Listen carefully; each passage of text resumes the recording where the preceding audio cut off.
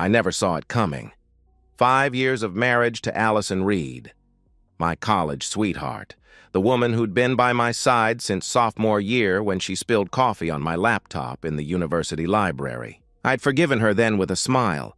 I should have recognized that as the first of many things I would forgive her for. I'm Nathan Reed, 29, software developer at Pinnacle Tech. Nothing special about me, average height, decent shape from weekend runs, the kind of guy who remembers birthdays and brings home flowers on random Tuesdays. I thought that made me a good husband. Maybe it made me a fool. We met at State University during a rainstorm in October.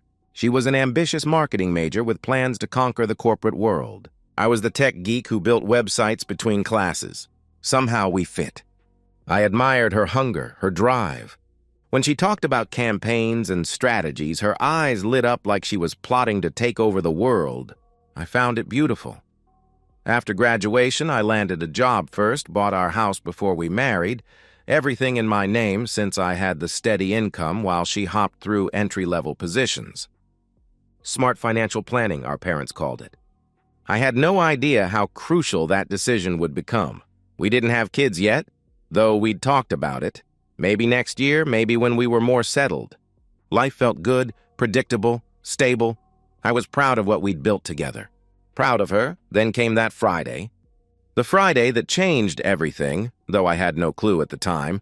I was coding on the couch when our front door flew open. Allison burst in, practically vibrating with excitement, her blazer half off one shoulder, hair coming loose from her usually perfect bun. "I got it," she screamed, dropping her purse on the floor. "Nathan, I got the promotion!" I jumped up, genuinely thrilled.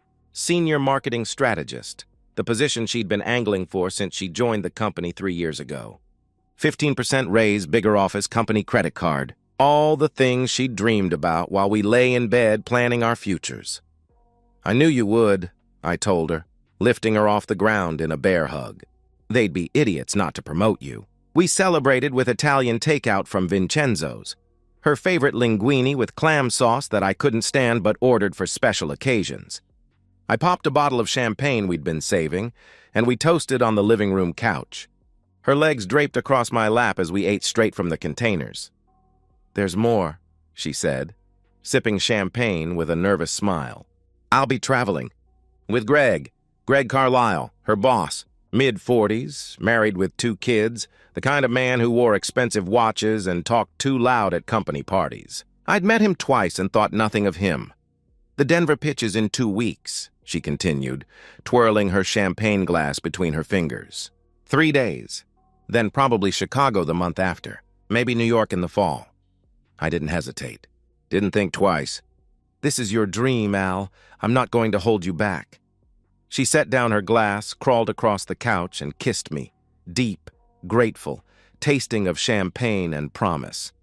"You're the best husband ever, you know that?" she whispered against my lips. I believed her completely. Later that night, as she slept beside me, I lay awake thinking about how proud I was of her. Her ambition had always attracted me, the way she set goals and crushed them, her relentless drive. Her hunger for success had always matched my need for stability. Perfect balance. I decided I'd use her trip to finally finish coding that personal project I'd been procrastinating on. 3 days alone would be productive. I'd order pizza, pull some all-nighters, surprise her with progress when she got back.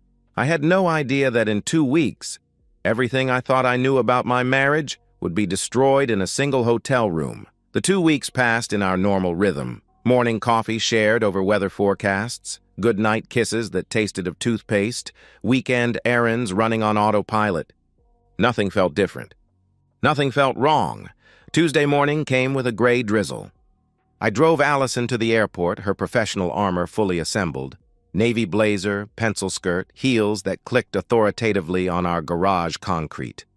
Her rolling suitcase contained 3 carefully planned outfits. I knew because I'd watched her pack them. Hanging on the closet door while she deliberated between blouses. "You're going to nail this presentation," I told her at departures, pulling her close for a quick kiss. "Knock 'em dead," she smiled against my lips. "I'll try not to leave bodies," she joked, adjusting her blazer. "Text me when you land?" I asked, squeezing her hand. Of course, she promised, rolling her suitcase toward the terminal. 3 hours later, my phone buzzed. Landed. Staying at Grand Summit Hotel, room 712. Miss you already. I sent back a heart and went back to coding. That evening, she texted a photo of her hotel room view. Downtown Denver, framed by mountains. Later, a selfie, her face tired but smiling, hotel bed visible behind her, laptop open beside a room service salad. Long meetings. Brain fried. Love you. I replied with updates about my day. Ordered pizza. Settled into bachelor mode. Feet on the coffee table. Basketball game on low volume. Laptop balanced on my knees as I worked late. Everything felt perfectly normal. I had zero suspicion. This isn't a story about a husband who snooped through phones or hired private investigators. It's about a trusting man who believed in his marriage completely. By Wednesday evening, I simply missed her. Not in a worried way, in a we've been together since college and 3 days feels long way. I kept checking my phone, refreshing our text thread, staring at her tired but smiling selfie. Then I had an idea. What if I surprised her? Showed up at her hotel with flowers, stole a night together before she flew back tomorrow? I imagined her face when she opened the door. Shock, joy, maybe happy tears. I checked flights. One leaving in 2 hours, landing at 10 p.m. Denver time. Before I could overthink it, I booked the ticket, packed a light overnight bag, and headed to the airport. On the way, I stopped at Bloom & Petal, our local florist. Red roses and white lilies, I told the woman behind the counter. Allison's favorites. Special occasion? She asked, wrapping the stems in green tissue paper. Just surprising my wife on a business trip? I answered, pulling out my wallet. She smiled warmly. That's so romantic, she remarked, handing me the bouquet. I grinned like an idiot, excited about my grand gesture. Maybe we'd order room service champagne. Maybe we'd make love with the Denver skyline behind us. Maybe I'd fly home tomorrow night having reminded her why we worked so well together. The flight felt endless. To avoid ruining the surprise, I texted Allison that I was working late on a deadline and wouldn't call for our usual goodnight chat. She replied with a sad face and, "Miss you?" I landed at 10:47 p.m., already imagining the story we'd tell for years, about the time I flew across the country just because I couldn't wait one more day to see her. I caught an Uber straight to the Grand Summit Hotel, flowers in hand, heart racing with anticipation. The hotel lobby gleamed with marble and soft lighting. The night clerk barely looked up as I walked through. I didn't need to check in. I was just visiting. Room 7 on 12. The elevator climbed slowly. 4th floor, 5th, 6th, 7th. The hallway stretched, long and quiet, thick carpet muffling my footsteps. Room 708, room 710, room 712. I stood at her door, flowers in hand, and raised my knuckles to knock. I knocked 3 times. When that door opened, my entire life ended. Allison answered on the 3rd knock. Her hair was loose and tangled, cheeks flushed pink. She wore only a white hotel robe, barely tied at the waist, exposing a strip of bare skin from throat to navel. For one suspended moment, I thought she'd just showered. Then her eyes went wide with horror. "Nathan?" she gasped, clutching the robe tighter. Behind her, a man's voice called out, "Babe, who is it?" My blood turned to ice. The bouquet slipped from my fingers, hitting the carpet with a soft thud. Red roses, white lilies, crushed under my shoes as I pushed past her into the room. Greg Carlisle lay sprawled across rumpled sheets, naked, except for a thin blanket hastily pulled across his waist. Wine glasses stood on the nightstand. His clothes, expensive suit pants, button-down shirt, lay scattered across the floor beside lace underwear I recognized as Allison's. Time slowed. My brain tried to process what my eyes were seeing. Disbelief collided with reality, my entire world rearranging itself in seconds. Then instinct took over. I pulled out my phone and started recording. "Say hi to the camera, Greg." My voice sounded wrong, cold, mechanical, belonging to someone else. I panned across the room, capturing everything: the rumpled bed, the wine glasses, discarded clothes, Allison in her loosened robe, Greg scrambling to cover himself. Nathan, stop! Allison lunged for the phone, her robe falling open further. I sidestepped her easily. I'm getting evidence. For the divorce, I explained, continuing to record everything. Greg stood up, wrapping the sheet around his waist. Listen, man, this isn't, he began, hands raised. This isn't what it looks like? I laughed, hollow and sharp. It looks like you're f***ing my wife. Nathan, please. Allison's voice broke, tears streaming down her face. Mascara ran in black rivers down her cheeks. Good. I wanted her ruined. Let me explain, she pleaded, reaching for my arm. Explain what? I snapped, jerking away from her touch. That you accidentally fell on his banana? That you've been lying to me for how long? Weeks, months. Greg stepped forward, hands raised placatingly. You need to calm down, he advised, his voice patronizing. Something snapped inside me. Stand up. I spoke directly to Greg, ignoring Allison's pleading. Get up. Listen, I understand you're upset, he started, backing away slightly. My fist connected with his jaw before he could finish. The crack echoed through the room, followed by Allison's scream. Greg stumbled backward, eyes wide with shock. I didn't give him time to recover. I drove my fist into his ribs once, twice, 3 times in rapid succession. Each impact sent a jolt of satisfaction up my arm. Greg collapsed to his knees. Blood ran from his split lip, dripping onto the pristine hotel carpet. Allison clawed at my shoulders, trying to pull me back. Stop it! You're going to kill him! She screamed, her nails digging into my skin. I shook her off and grabbed Greg by his hair, yanking his head back. His eyes were wide with fear now. I smiled and slammed my fist into his face again. Blood sprayed across the white sheets. His nose collapsed under my knuckles with a wet crunch. I stepped back, breathing hard, staring at Greg's broken body on the floor. His face was a mess of blood and already swelling tissue. He curled into a fetal position, whimpering. Allison stood frozen, one hand covering her mouth, tears and mascara streaming down her face. I held up my phone, still recording. I've got everything I need. We can talk about this, she began, reaching for me again. No. I backed toward the door. I'm filing for divorce. Don't bother coming home. I walked out past the crushed flowers, their sweet scent now sickening. Down the hallway. Into the elevator. Through the lobby where the night clerk now stared openly at my bloody knuckles, I didn't look back. Behind me, I could hear Allison's sobs echoing down the hallway. The sound followed me into the elevator, but I felt nothing. Just cold, clear purpose. I caught the red-eye home at 6 a.m., my hand throbbing, dried blood still under my fingernails. I spent the flight reviewing the video over and over, watching Allison's betrayal in high definition until it was seared into my memory. By the time we touched down, I had one singular focus: destroy her the way she destroyed me.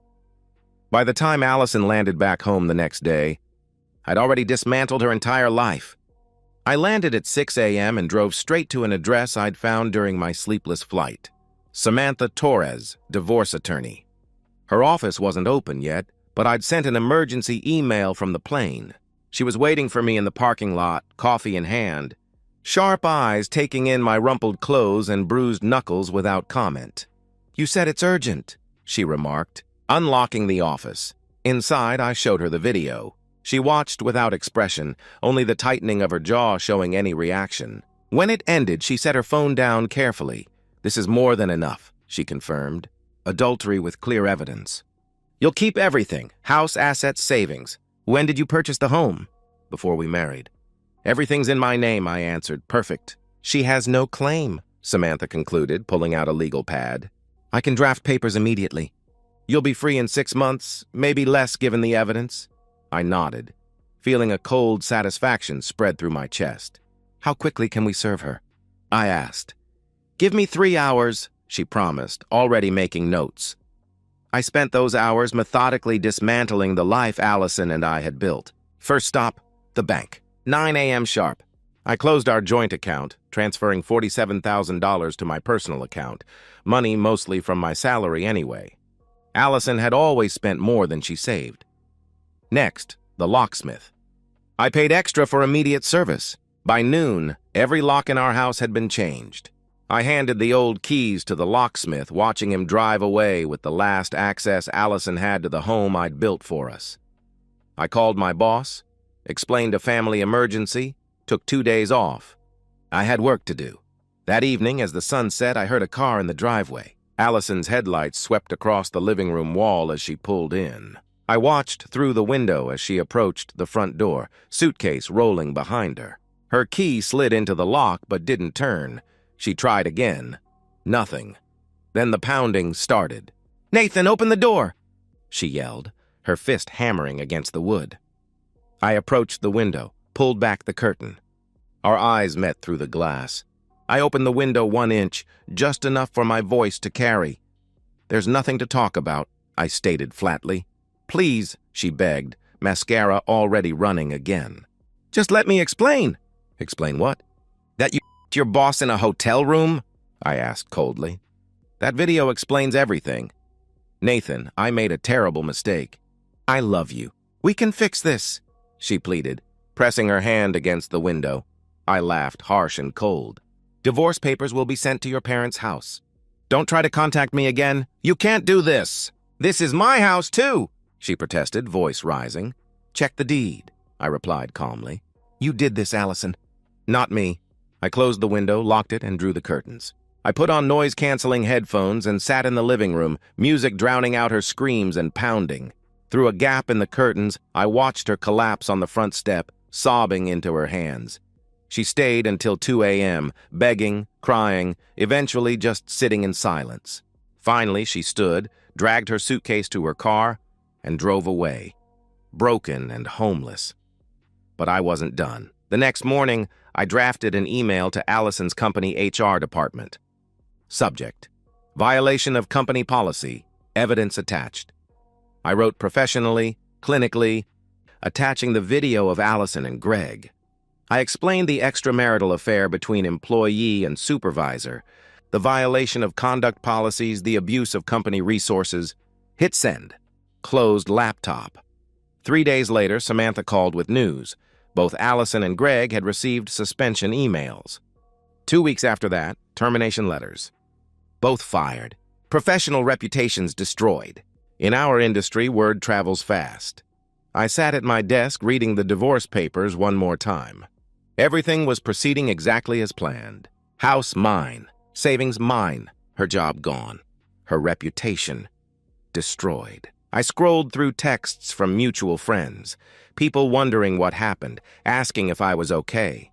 I told them the truth, every brutal detail, shared screenshots of hotel receipts I'd found, timestamps of calls between Allison and Greg going back months. Let the evidence speak for itself.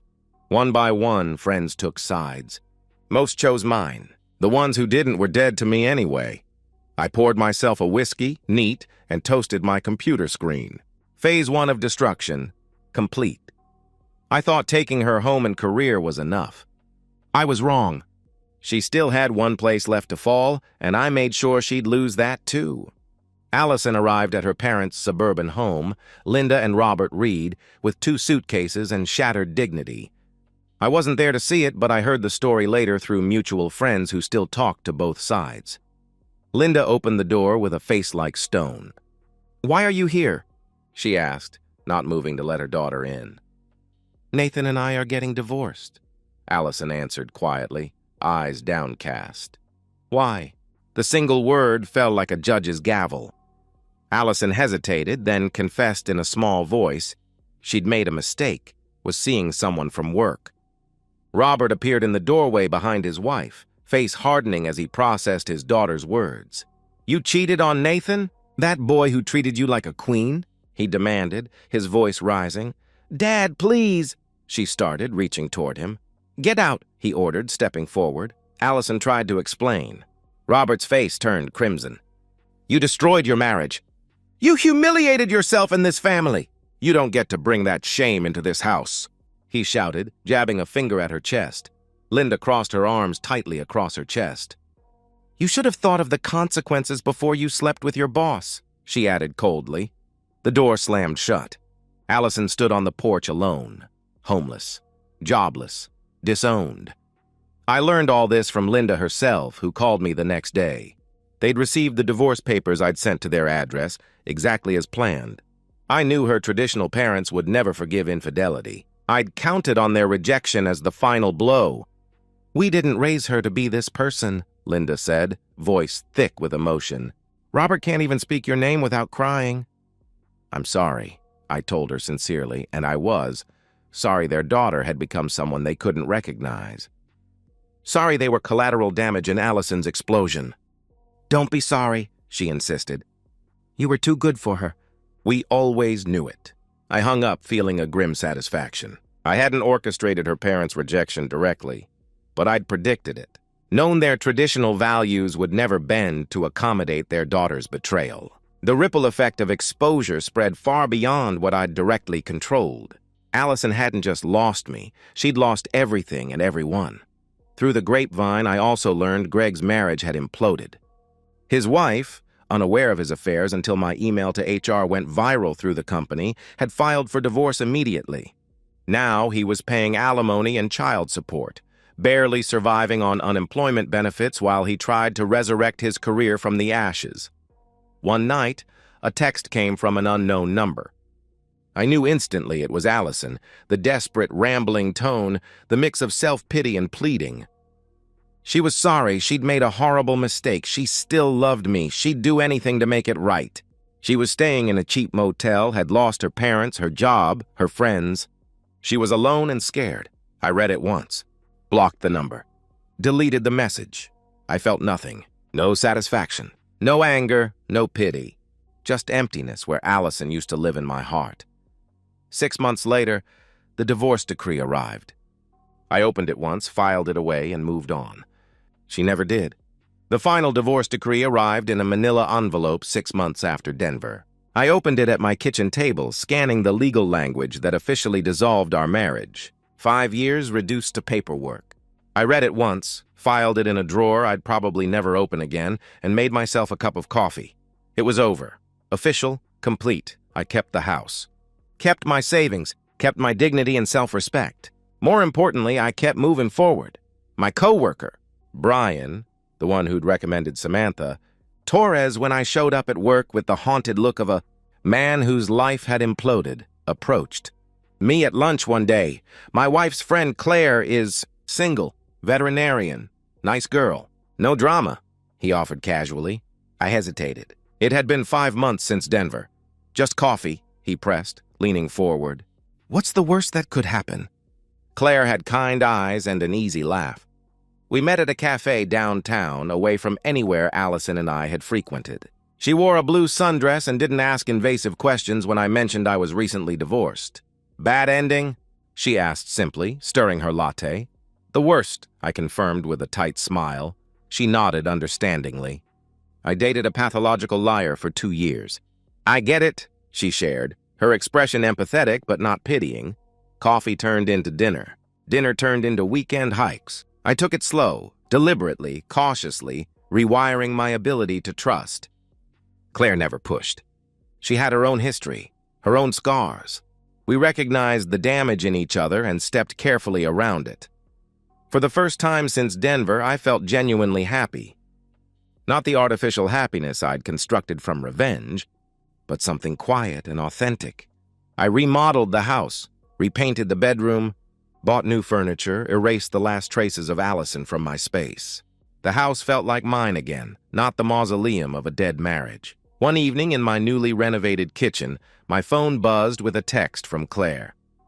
"Dinner tomorrow?" My treat. I smiled, typed back, "Sounds perfect." After sending it, I scrolled through my contacts, found Allison's name still lurking there, and deleted it. Didn't need it anymore. Meanwhile, across town, Allison Reed worked third-shift stocking shelves at a grocery store for minimum wage. She lived in a cramped studio apartment in the worst part of town. Thin walls, broken AC, neighbors who fought at 3 a.m. She ate ramen most nights, scrolled through old photos of the life she'd destroyed, and cried herself to sleep wondering how everything fell apart so fast. She'd tried reaching out to me twice after that first blocked text. I blocked her both times without reading the messages. She tried apologizing to her parents. They hung up.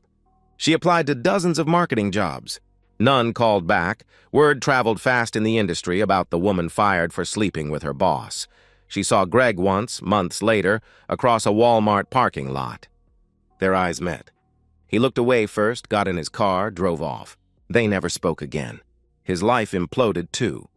Divorced, paying alimony and child support, working a job beneath his experience level because his reputation was toast. But somehow, Allison's fall felt worse. Greg was never the good guy. Allison was supposed to be. She threw away a man who loved her completely, who supported her dreams unconditionally, who would have given her everything. For what? A promotion? An ego boost? 3 nights in a hotel bed? She thought about the moment I walked through that door every single day. The flowers crushed on the floor. The look on my face, not rage, but something worse. Heartbreak turning to ice in real time. She wondered if she'd ever stop replaying that moment. She wouldn't. On a Saturday evening 6 months after the divorce was final, I sat on my back porch, beer in hand, watching the sunset paint the sky orange and purple. Claire was coming over later for dinner. I'd marinated steaks, cleaned the grill, bought a bottle of wine she'd mentioned liking. My phone buzzed. A text from Samantha. Divorce officially closed in system. You're free. Congrats. I typed back. Thanks for everything. I set the phone down, took a long sip of beer, and exhaled. Free. Really, truly free. I thought about Allison for maybe 5 seconds, not with anger anymore, just with a distant, clinical awareness that she had existed once in my life and now she didn't. She was a closed chapter, a lesson learned, nothing more. The doorbell rang. Claire, right on time, holding a bouquet of sunflowers. For your kitchen, she said, smiling warmly. I took the flowers, kissed her cheek, invited her in. We cooked together, laughed about something stupid, ate dinner on the back porch while the sun finished its descent. I didn't think about Allison again that night, or the next, or the one after that, because in the end, I didn't just survive the betrayal, I won. And that's the end of today's story. If you enjoyed it, please give this video a thumbs up and drop a comment below. Your support helps the algorithm push my content further. If you're new to the channel, don't forget to hit that subscribe button. It really helps me keep creating more stories for you. Thanks for watching, and I'll see you in the next one.